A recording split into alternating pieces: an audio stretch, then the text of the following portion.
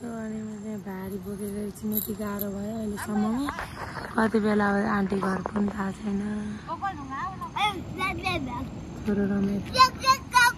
Hello everyone good afternoon नमस्ते welcome to my next vlog अनि म के देखाउने भनेको साथीहरू हाल चाहिँ अहिले म यहाँ मुक्ली चियाले मेरो साइनमाको घर देख्न सक्नुहुन्छ यो घर चाहिँ साइनमाको घरमा म आएको 2-3 दिन भयो अनि म भ्लग बनाउँछु भन्दा भन्दै के गर्दा थाहा भएन यहाँ मेरो बेहाल भन्दा नि मेरो छोरोले लु हेर्नु न यहाँ हेर्नु न यहाँ धाराको पानी खुस्काएर यस्तो गर्दैछ अमे लु हेर्नु त यहाँ मेरो छोरो के गरेको होला यस्तो बाफ्रे यस्तो बनाइदिएको छ सबै पानी हालेर यहाँ भद्रगोल जता पनि पानी नै पानी म त छक्क परिसकेँ लु के गरेको बाबुले हेर्नु न यहाँ लु फेरि पानीको धारा खोज्नु जाँदैछ मेरो छोरो त लु हेर फेरि त पानीमा ओहो त्यहाँ पानी त खेल्नु त यस्तो मजा लिएको छ म चाहिँ मेरो छोरो कहाँ गयो चुपचाप बसेको भन्छु त म एकछिन फोनमा बोल्न थालेँ मम्मीसँग फोन आएर यस्तो गर्छ देख्नुहुन्छ मुक्ली चियालेको भ्यू यति राम्रो छ घाम मजाले लागिरहेछ यो चाहिँ दुधको सिपारीको भ्यू हो अनि चाहिँ आन्टीको आँगनबाट छु यहाँ तलतिर भैँसीहरू छ पाठाहरू छ यहाँ कुखुराहरू चरिरहेछ यहाँ चल्लाहरू आन्टीको यो चाहिँ हाम्रो आन्टीको किचन यो घर म्याउले बिरालो बुबु खाँदैछ म्याउले मेरो छोरो चाहिँ म्याउँदै एकदम रमाउँछ त्यो नहालिदिनु नि अनि कहाँ खान्छ त बाबा लु हेर न फेरि म्याउले यो खाँदैन म्याउले यही मात्रै खान्छ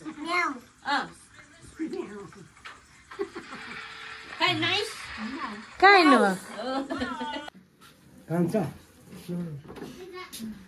हाम्रो घरमा चाहिँ आज मिम बाजेको मान्छ पुपै यता हेर्नु नि यता बेबी म्याउ खाए म्याउ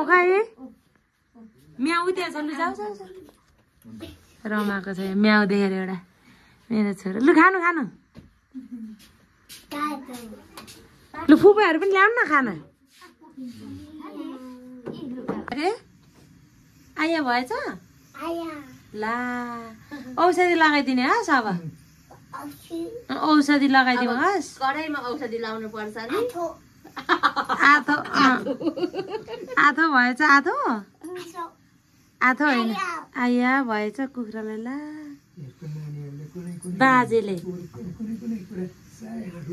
आथो गरे नि बाजेले यहाँ आजको हाम्रो मेजमा साइली छ्यामाको घरमा साथीहरू यहाँ ओहो गयो बिचरा आन्टी बाजे भात आगोमा बाजे चाहिँ मस्त कुरा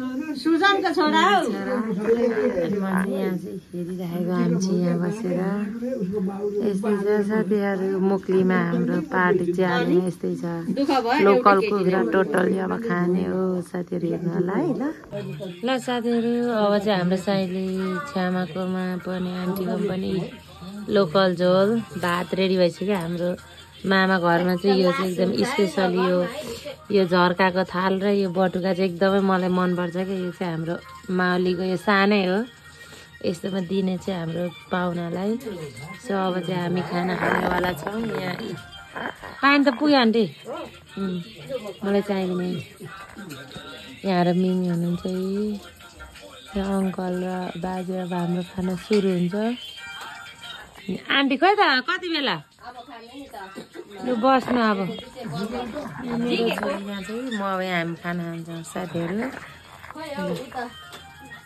छोरो चाहिँ मुनु पाटो खेलाउँदा आउँदैछ लड्छ होला नि बरै लाउनु मुनु गयो तल छिटो यता आउनु न यता आऊ भनेको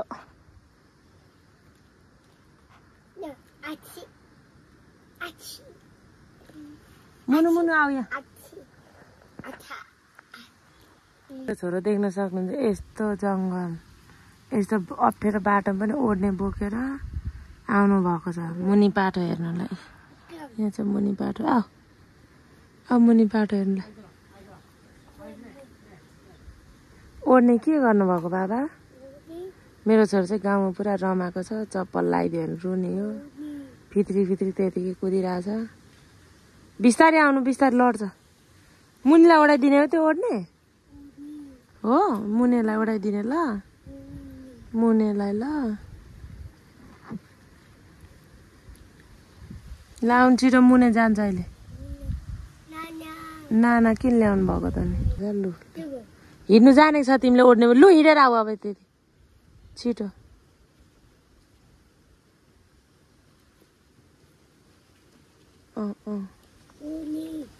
ओड्ने हेर न,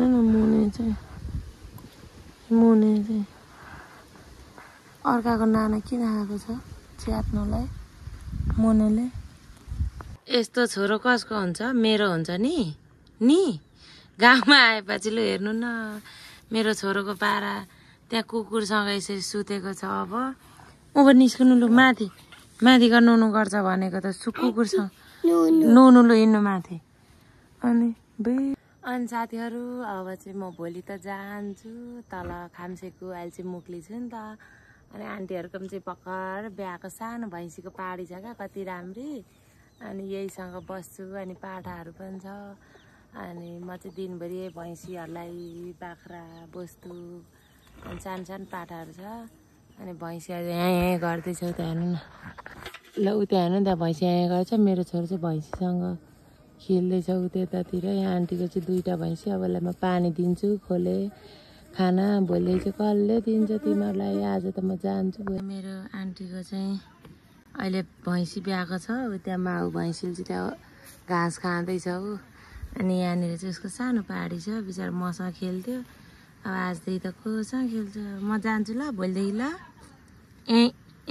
बाई। अनि साथीहरू म चाहिँ बाख्रालाई घाँस पानी दिँदै, भैँसीलाई दिँदै यहाँ हेर्दैछु। कति मजाले यहाँ देख्न सक्नुहुन्छ, चरिरहेछ नि त।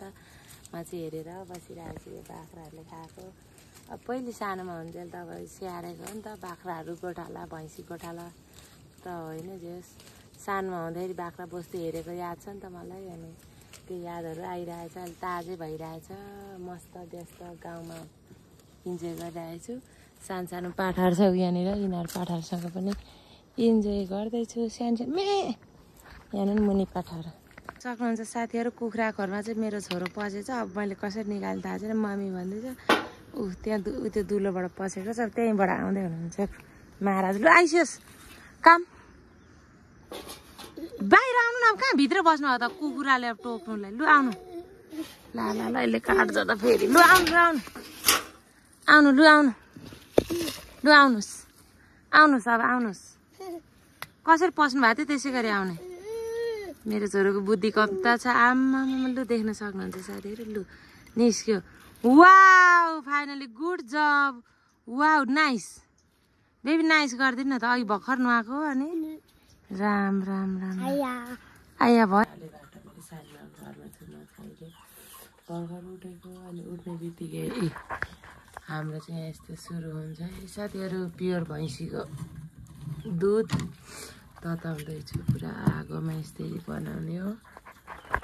आफै तताउने आफै खाने हो। अहिले मेरो चाहिँ काम मोज भइरहेछ। म चाहिँ गाउँको लागि एकदम इन्जोय गरिरहेको छु, रमाइलो भएको छ।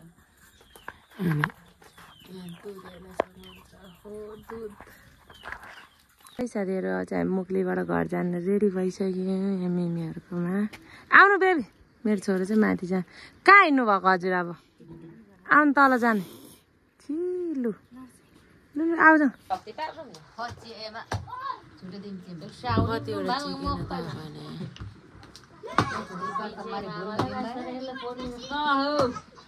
सानो होइन गुड यता साउदीतिरै छु नि रङ्गिजेमा।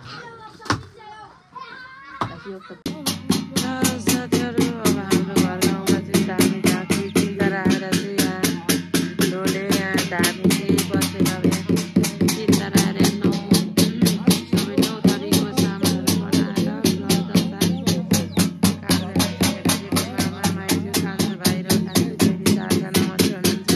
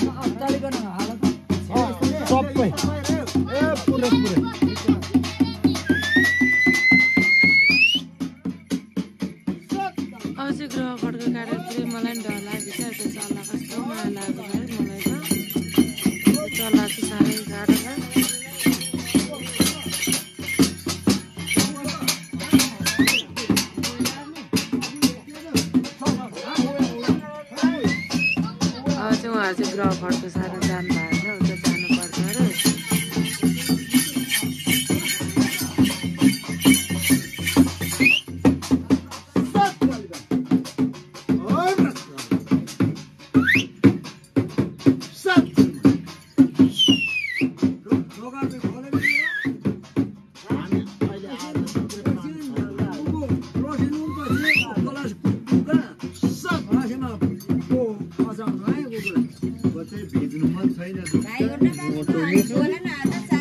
अरे जानुभयो साथीहरूमा चाहिँ मेरो हजुर आमाको पपकर्न भुट्दैछ यसरी पपकर्न पाक्दैछ हामी बस्नु छ म चाहिँ यसरी अझै भएको छैन नि मियो सेतै छ त्यो त धेर फुल्यो क्या गाउँको मकै भयो नि कस्तो मजाले फुलेको छ म चाहिँ यसरी भुट्दैछु आगोमा फलामको कराईमा सरर गाउँमा मकै भुटेर म चाहिँ इन्जोय गरिरहेको छु मेरो छोराले खान्छ नि त त्यो भनेर चाहिँ मैले भुट्दैछु तर सेतै छ नि मिमी यो त अलिक एकछिन रातो रातो त्यो फुल चाहिँ निकाल्नु मिल्दैन